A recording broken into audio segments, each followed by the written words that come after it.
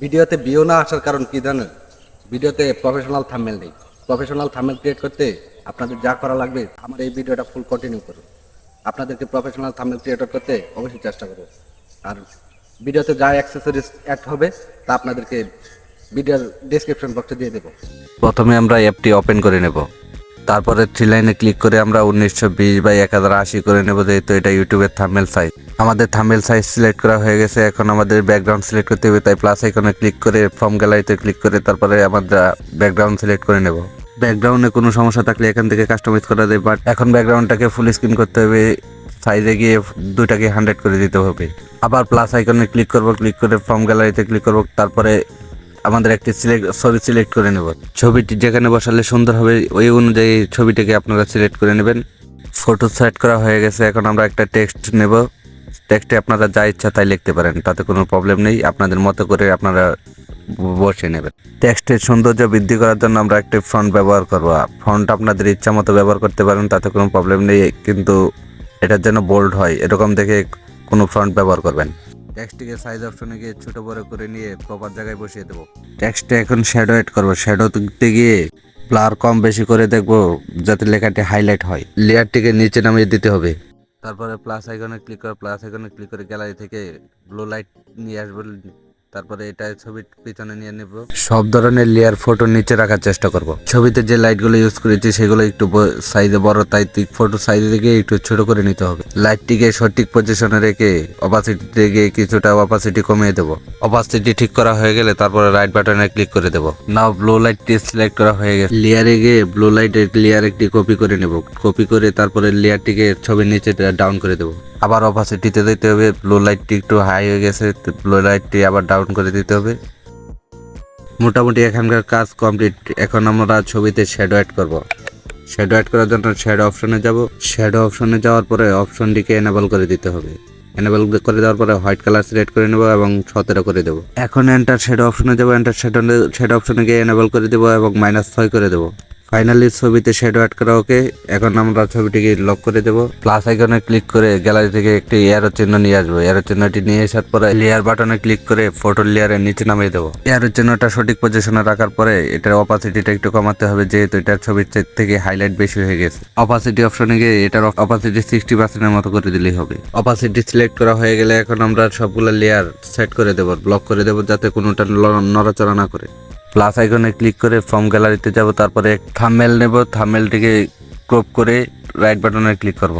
একে একে আমরা 3টি থাম্বনেল অ্যাড করে নেব। থাম্বনেলগুলো প্রপারলি বসাতে হবে, যেহেতু এটা দিয়ে থাম্বনেলের পুরো চরিত্রকে ফুটিয়ে তোলা হবে। আমরা সবসময় চেষ্টা করব লেয়ার লক করে রাখার জন্য, কারণ একটির কাজ করতে গেলে আরেকটির সাথে নড়াচড়া হতে পারে, তার জন্য আবার নতুন করে কাজ করতে হতে পারে।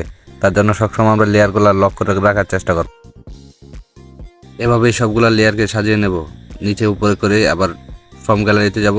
ফর্ম গ্যালারিতে গিয়ে আবার একটি থাম্বনেল সিলেক্ট করব। থাম্বনেল সিলেক্ট করা হয়ে গেলে আবার পজিশন মতো বসিয়ে দেব। পজিশন মতো বসানো হয়ে গেলে আবার মোটামুটি লুক চলে আসলো একটি থাম্বনেলের। সবগুলো থাম্বনেল উপর নিচ করে দেখবো যে কোনটা কোন দিক থেকে প্রপারলি সুন্দর দেখায়, ওরকম ভাবে বসিয়ে নেওয়ার পরে থাম্বনেলগুলোতে গ্লো এফেক্ট অ্যাড করব। গ্লো এফেক্ট অ্যাড করার জন্য শ্যাডো অপশনে যেতে হবে। শ্যাডো অপশনে গিয়ে এনেবল করে দেবো। এনেবল করে দিয়ে হোয়াইট কালার সিলেক্ট করে 25 করে নেব। একইভাবে সবগুলো থাম্বনেলে ক্লিক করব। ক্লিক করে সবগুলোতে একইভাবে 25 করে শ্যাডো অ্যাড করে দেবো।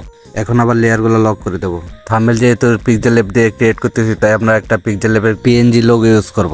প্লাস আইকনে ক্লিক করে ফর্ম গ্যালারি থেকে পিএনজি একটি লোগো ইউজ করব, যাতে এটাকে সবথেকে সুন্দর দেখায়। আমার কাছে যেহেতু পিএনজি লোগো নাই, তাই আমার এই পিক্সেল ল্যাবের লোগোটা ইউজ করতে হচ্ছে।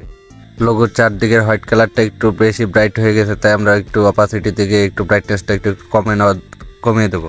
থাম্বনেলে কিছু টেক্সট অ্যাড করব। এখন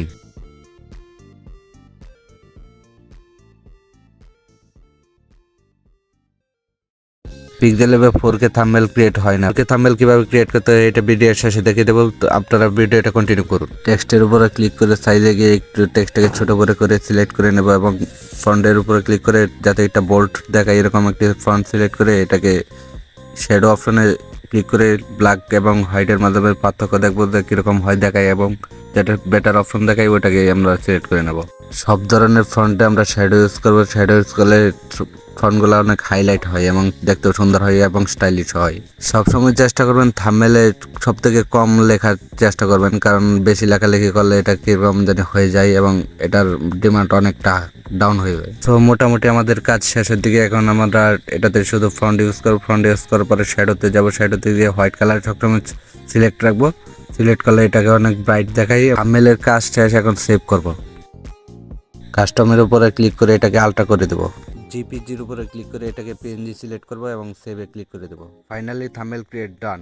আমরা থাম্বনেল তো তৈরি করে ফেললাম, এখন এটাকে 4K তে কনভার্ট করার পালা। তার জন্য আমাদের ক্রোম বাজারে যেতে হবে। ক্রোম বাজারে গিয়ে সার্চ অপশনে kerai.ai সার্চ করব। প্রথমে যে ওয়েবসাইটটি আসবে ওই ওয়েবসাইটের উপরে ক্লিক করে দেবো। তারপর ওয়েবসাইটের ভিতরে নিয়ে যাবে। ভিতরে গিয়ে ইনহ্যান্সার একটি লেখা পাবেন, ওই লেখার উপরে ক্লিক করে দেবেন। ইনহ্যান্সার ওপেন করার পর জিমেল লগ ইন করতে বলবে। জিমেলটা লগ ইন করে সিম্পলি করে ফেলতে পারবেন, কোনো সমস্যা নেই। ভিডিওটি লং হয়ে যাওয়ার কারণে আর দেখাতে পারলাম না। নেক্সট ভিডিওতে ফুল ডিটেলসে দেখিয়ে দেবো। ভিডিওটি ফুল ওয়াচ করার জন্য ধন্যবাদ। চ্যানেলটি সাবস্ক্রাইব করে পাশেই থাকুন।